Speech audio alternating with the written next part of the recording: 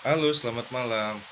Masih berjumpa lagi dengan Badi Mas Official uh, YouTube channel. Jangan lupa di subscribe, jangan lupa di follow, loncengnya di ting. Oke, ini saya menjawab pertanyaan dari Instagram teman-teman semua. Terus kalau ada yang mau bertanya silahkan DM saya aja. Nanti kalau saya lagi nge-live, saya atau lagi nggak sibuk, nanti ya dijawab satu-satu sama saya. Oke, dari Fajernit. Salam Mbah. Mau tanya Mbah Dim, kasus paling berkesan nanganin apaan? Kasusnya yang paling berkesan adalah menangani banyak kepala daerah dan ya salah satunya yang kemarin.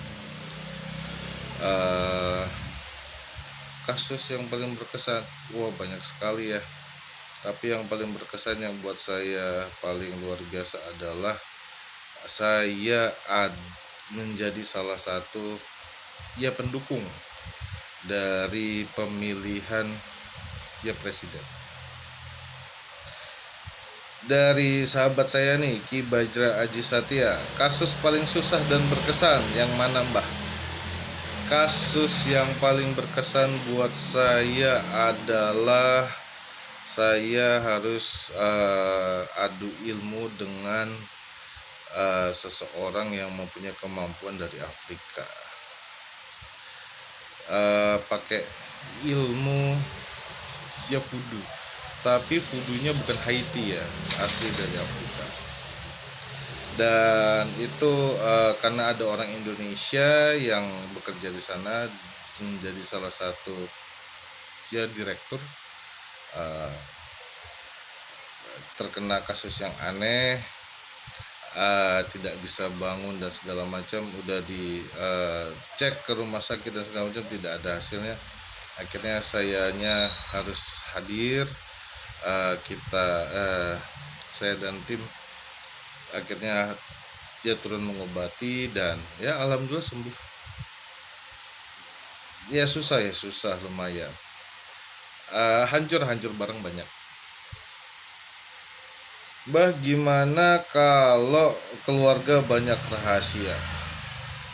Berarti ada sesuatu yang disimpan oleh keluarga kamu. Saran saya ya, penasaran membunuhmu. Jadi jangan penasaran, sudahlah. Kalau sudah bagian dari rahasia, kalau mau hidupmu tenang, jangan cari tahu apa yang kamu harus tidak tahu. Saya penggemar wayang Mbah. Saya penasaran kisah Mahabharata itu. Kisah Mahabharata itu ada versi Jawa, ada yang dari India.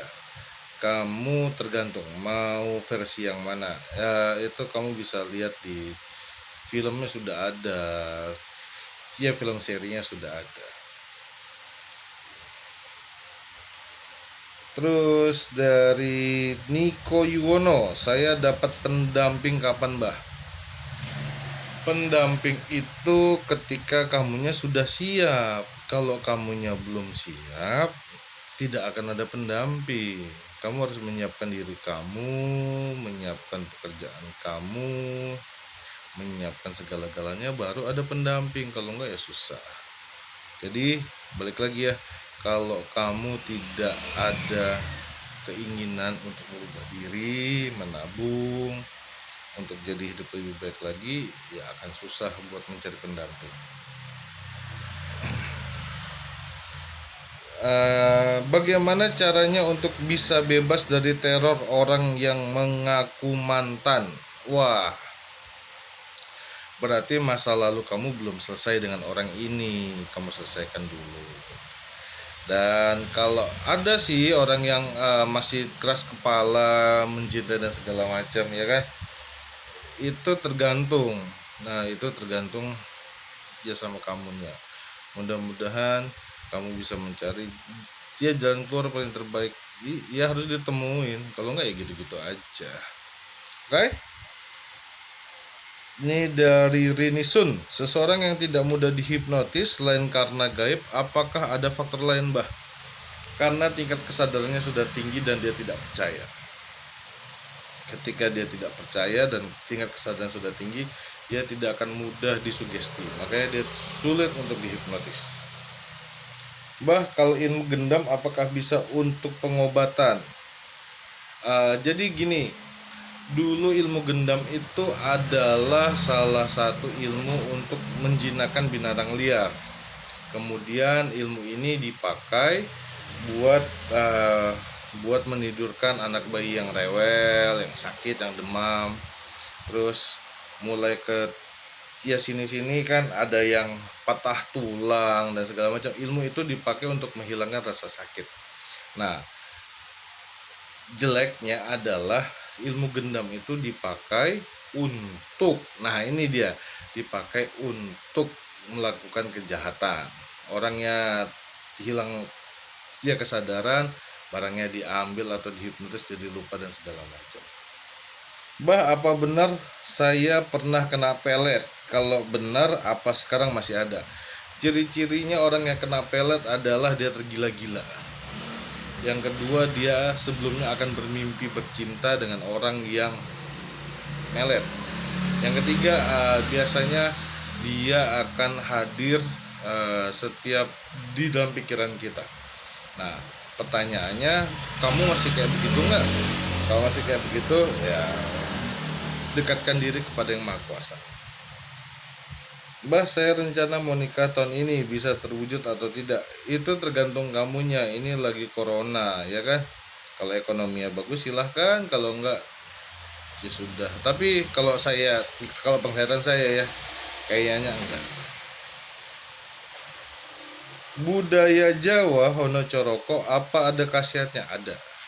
Jadi setiap huruf dari Honocoroko ya Dutoso Polo itu ada artinya. Itu masih dipakai sama saya Pak. Biasanya buat numbalin atau buat hitungan. Mbah, kapan live YouTube sama Mbah Mijan? Saidin kangen lihat Mbah Dimas dan Mbah Mijan. Mudah-mudahan dalam waktu dekat. Saya juga sibuk, Mbah Mijannya juga sibuk. Mudah-mudahan ya kita bisa satu frame lagi, happy bareng, ketawa-ketawa bareng. Latihan mata untuk melihat makhluk astral dan aura, Mbah, bagaimana caranya? Ya itu harus belajar, harus ada gurunya, harus ada yang bimbing. Kalau nggak ada yang bimbing, takutnya gila. Jangan ya. Assalamualaikum Mbah, gimana karir ke depan, bisa jadi orang sukses atau enggak? Agustian, kamu bisa jadi orang sukses. Waalaikumsalam. Tapi saya minta dua hal. Pertama, kamu jangan angin-anginan. Yang kedua, kamunya fokus. Tidak ada orang yang bisa sukses tanpa kerja keras, dan tidak ada orang yang bisa sukses tanpa mau berusaha. Jadi kalau kamu hanya bermimpi tapi kamu tidak bergerak, ya impian kamu tidak akan bisa terlaksana. Sukses itu ada di diri kamu, bukan di orang lain ya.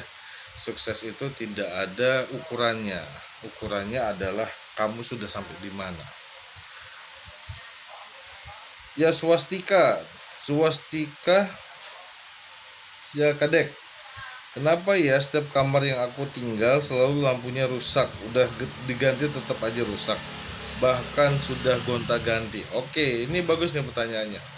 Berarti ketika kamu berdoa, energi kamu itu sangat tinggi, sehingga energi yang terpancar di tubuh kamu itu mengakibatkan listrik yang tadi statis berubah tinggi. Saran saya, ketika kamu berdoa harus tenangkan hati, jangan sambil sedih, jangan sambil marah. Ketika kamu sedih atau marah, energinya akan naik menghantam semua barang-barang elektronik yang ada di sekitar rumah kamu.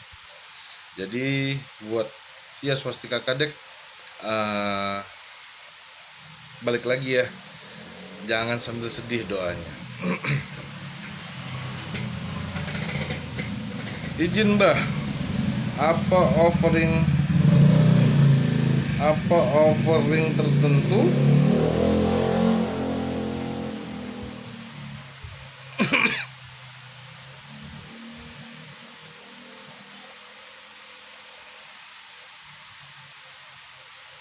Ntar dulu, ini pesannya agak sedikit panjang.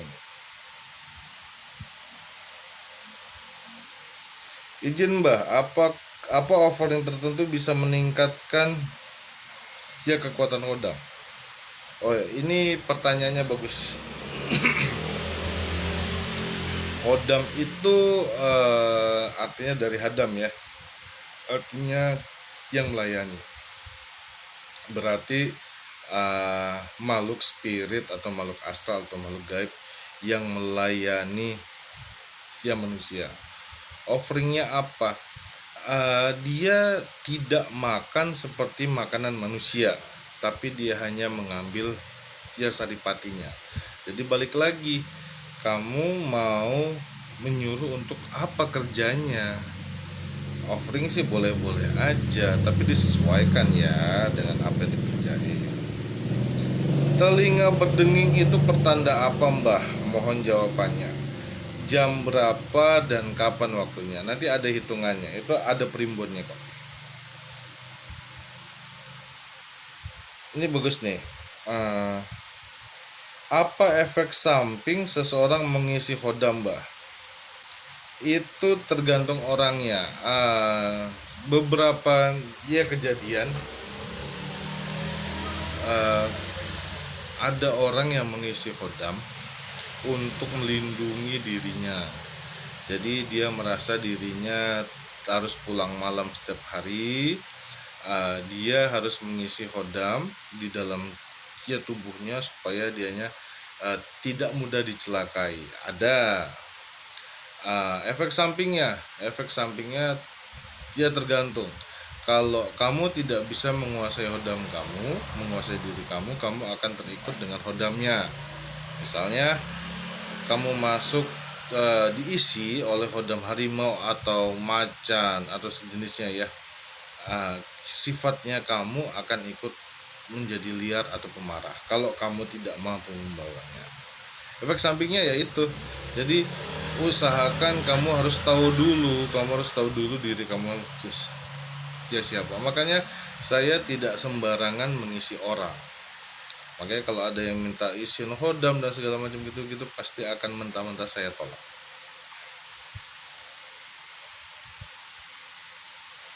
Mbah, kalau setiap mau ada kejadian buruk selalu diberi mimpi jauh-jauh hari dan selalu benar. Ya kenapa? Apa ya cuma kebetulan? Oke. Di dalam tubuh manusia yang paling hebat dan paling kuat adalah intuisi atau feeling. Nah, intuisi itu nanti terbagi dua. Ada perasaan jantung berdebar atau ketika tidur kita akan masuk alam mimpi. Nah, itulah cara yang maha kuasa Allah menciptakan pertahanan diri kepada manusia. Nah, ketika Anda bisa mendapatkan mimpi bakal ada bencana, bakal ada segala macam, bukan berarti Anda hebat. Yang hebat tuh yang maha kuasa pastinya ya. Balik lagi, ketika Anda bermimpi berarti Anda dipercaya oleh Allah yang maha kuasa untuk menyampaikan pesan agar hati-hati kepada sesama. Jadi balik lagi, ketika Anda diberikan mimpi ada suatu kejadian, Anda harus memberikan pesan tersebut kepada orang yang Anda percaya. Jadi sebisa mungkin korbannya jadinya lebih sedikit. Oke? Nih.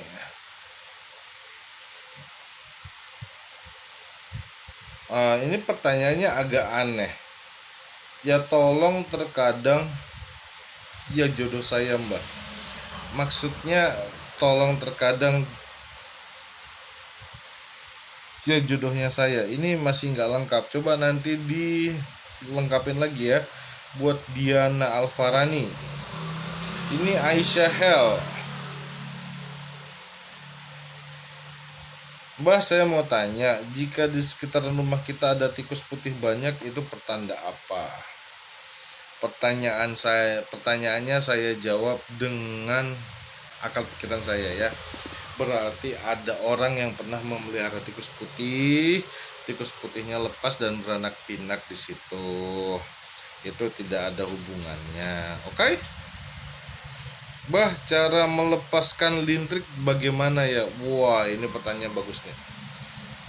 Lintrik itu adalah suatu ilmu dengan kartu. Nah, dia puasain orangnya, dihitung tanggal lahirnya, langsung dibacain mantranya dan orang itu terkena. Untuk melepaskan lintrik cuma ada dua. Pertama, kamu datangi sumur yang dikeramatkan, kamu berdoa dan mandilah di sana. Yang kedua, untuk melepaskan lintrik kamu harus mandi di air yang saling bertemu. Bahasa Jawanya itu adalah air tempuran ya, air yang ketemu. Kamunya di situ, pas ada di tengah. Jadi kalau yang paling gampang air laut bertemu dengan air tawar, itu paling gampang. Atau dua aliran air yang ketemu. Kamu berdoa di situ supaya luntur segala macam. Yang ngasih tahu kamu kena lintrik siapa ya? Atau orang lain atau gimana? Coba agak-agak ya diperjelas dulu buat Putri Karimah. Irfan Hazik, bilakah berakhirnya virus COVID? Hai bro, yang dari Malaysia ya ini ya. Bila berakhirnya kita tidak ada yang tahu. Ya stay healthy, ya keep safe. Mudah-mudahan kita semua terhindar dari mara bahaya. Oke? Nikita Amelia. Bah, kalau kita bangun rumah di belakang orang tua kita, tapi hadapnya sama-sama ke timur, ya pamali enggak? Apa bedanya sama apartemen di belakang-belakangan ya kan? Hadapnya sama-sama ke timur, ya pamali enggak? Enggak, bangun aja. Yunita 280686. Kalau kita ziarah ke makam bapak, boleh nggak kita ziarah juga ke makam sampingnya anak kecil yang nggak terawat? Oke, ziarah itu maksudnya adalah mengirimkan doa. Mungkin ada orang yang nggak pernah datang lagi dan segala macam. Kalau misalnya memang untuk mengirimkan doa silahkan, karena tujuannya baik. Mudah-mudahan yang di alam kubur diampuni semua dosa-dosanya. Silahkan, gak ada larangan.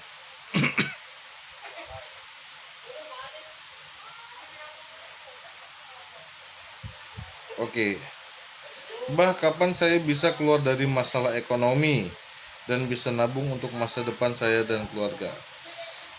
Dalam hitungan orang Jawa ada dua nih.